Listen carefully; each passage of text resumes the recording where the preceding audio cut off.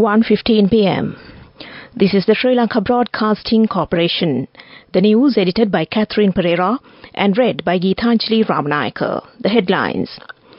President Ranil Wickremesinghe has emphasized the need to strengthen the national religious coexistence for the betterment of the country's future. The PUCSL to announce a decision on CEB's tariff reduction proposal today. A 20 billion rupee credit scheme to revive the micro, small and medium enterprise sector. A program for the national continuous professional development in the health services launched. School outdoor activities suspended as atmospheric temperatures rise. Santhan, the released convict in Rajiv Gandhi assassination case, dies. Foreign news, Biden wins primary but suffers Gaza protest vote. President Ranil Wickremesinghe has emphasized the need to strengthen the national religious coexistence for the betterment of the country's future. A well-planned program will be implemented in this regard. He made these remarks while participating in a summit on Peace Council held at the BMICH in Colombo today. He further stated that the cause for the war was attributed to the religious conflict and racism in the country. After the war, attention was paid on the reconciliation of the country. A great service was tested with the Mahasangha and other religious leaders when implementing the reconciliation program. He further stated that the government of Singapore has become a developed country today because there were no religious conflicts or racism. The Public Utilities Commission of Sri Lanka is slated to deliver its decision on the electricity tariff reduction proposal mooted by the Ceylon Electricity Board today. According to a spokesperson of the Ministry of Power and Energy, the tariffs are likely to be reduced by at least 18%. The PUCSL will convene a meeting later today to decide on the state-owned electricity suppliers tariff revision proposal, which was submitted to the Commission on the 22nd of this month. Last week, Minister Kanchana Wijesekara told the Parliament that the CEB expect to reduce the rates by at least the same rates and percentages increased in October 2023. A program for the national continuous professional development in the health services was launched under Minister Ramesh Padirana at the auditorium of the National Blood Transfusion Centre in Narayanpeta this morning. More than 150,000 professionals are serving the health sector. The aim of this program is to take the trade unions of all the health employees to an international level. This news broadcast comes to you from the Sri Lanka Broadcasting Corporation. State Minister of Finance Ranjith Siyamalapitiya says that the government has taken measures to implement a 20 billion rupee credit scheme to revive the micro, small and medium enterprise sector in Sri Lanka. Accordingly, the Cabinet of Ministers has granted its consent to the proposal forwarded by President Ranil Wickremesinghe in his capacity as the Finance, Economic Stabilisation and National Policies Minister to implement a credit scheme to revive the micro, small and medium enterprise sector. Santhan, alias T. Sudendiraja, a Sri Lankan national who was one of the 6 convicts released in the Rajiv Gandhi assassination case, died this morning at the Rajiv Gandhi Government Hospital, RGGH, in Chennai. Santhan, who was released by the Indian Supreme Court in November 2022, was kept at the special camp near the Tiruchirappalli Central Prison. Last week, the Foreigners Regional Registration Office, FRRO, in Chennai issued an order to deport Santhan to Sri Lanka. However, he was admitted to the RGGS for treatment for kidney-related ailment. The Education Ministry has instructed all respective school authorities to refrain from making students participate in strenuous outdoor activities until Friday, the 1st of March, at schools as the prevailing high atmospheric temperatures are expected to rise further. Accordingly, sports day events, sports practices or any other scheduled outdoor activities are urged to be suspended for the time being. Provincial and zonal authorities of education have been instructed to brief school principals about the matter, the ministry said in a press release. And that ends local news for now. The main news story is brought to you by Sinhala. Deputy General Manager of Railways, M.J. Indipolage, says that attention has been paid to add additional rail compartments to the Kandy train that leaves at 4:35 p.m. from the Colombo Fort Railway Station. And that was the main news story. The main news story was brought to you by Sinhala. In Watchlight this afternoon, sale of cakes, bread and buns in the local market have dropped by around 50% due to the high manufacturing costs, the Ceylon Bakery Owners Association said. They said the costs of margarine and butter have increased to 1,000 rupees and 3,000 rupees per kilo, respectively. Therefore, the Bakery Owners Association requests the government to provide concessions while bringing down the prices of the ingredients that the bakery manufacturers need before the upcoming Sinhala and Hindu New Year. And that came to you in Watchlight. Coming up, World News.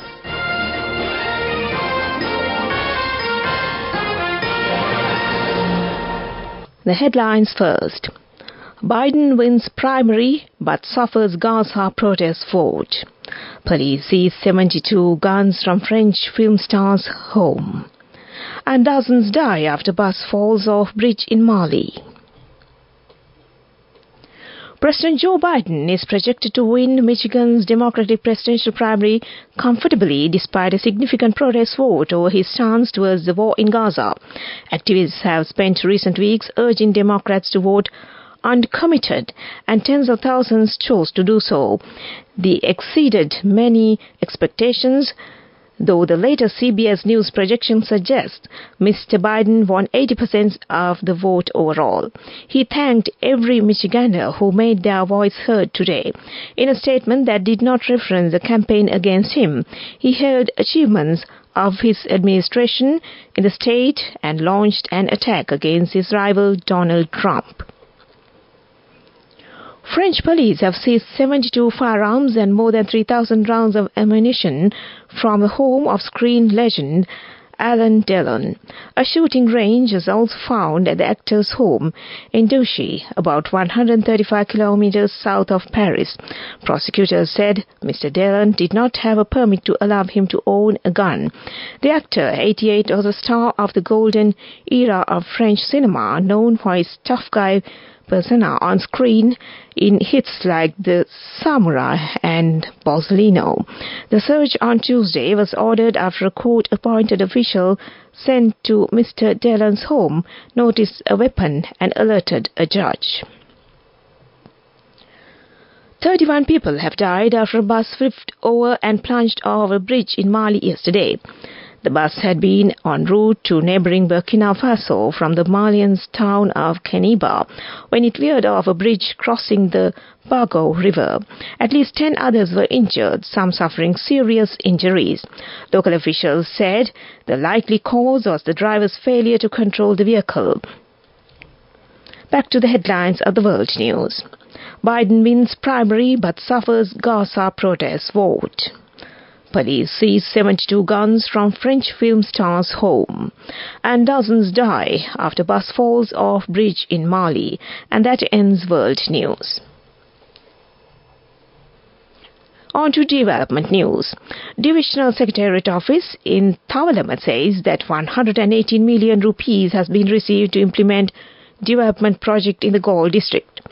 Many development projects such as electricity, water, transport, facilities, health services, development of schools and agriculture sector are to be implemented. And that is development news.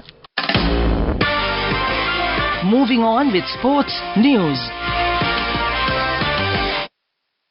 Cricket, ODIs, 3 T20 and a series of test matches between the visiting Sri Lanka team and the Bangladesh team will be played next month.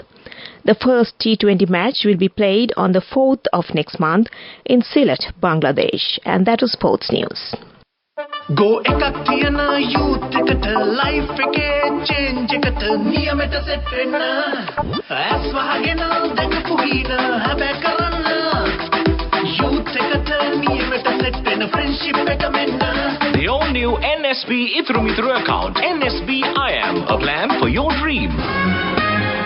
Business News, sponsored by National Savings Bank, the safest place for your money. The Ceylon Chamber of Commerce recently hosted a high-level delegation from the Ministry of Agriculture and Rural Development of Vietnam, engaged in a working visit to strengthen bilateral relations between Vietnam and Sri Lanka in fields of agriculture, forestry and fisheries. Organised in association with the Sri Lanka Greater Mekong Business Council and the Embassy of Vietnam in Sri Lanka, the delegation, led by Vietnam's Agriculture and Rural Development Minister Lee Minh Hong, comprised high-ranking officials of the ministry and prominent entrepreneurs of Vietnam's agricultural sector. And that was Business News. Business News, sponsored by National Savings Bank, the safest place for your money.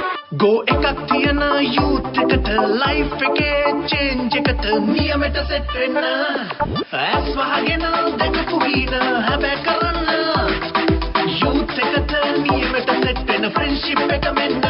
The all new NSB Ithru account NSB IAM, a plan for your dream. On to economic news. A vegetable cultivation farm in 15 acres of land in Rotawewa in the Polonnaruwa Hinguraggoda Divisional Secretariat Division is being maintained successfully. Many farmers, businessmen and entrepreneurs in the area have contributed for the success of this program. And that was economic news. Weather report.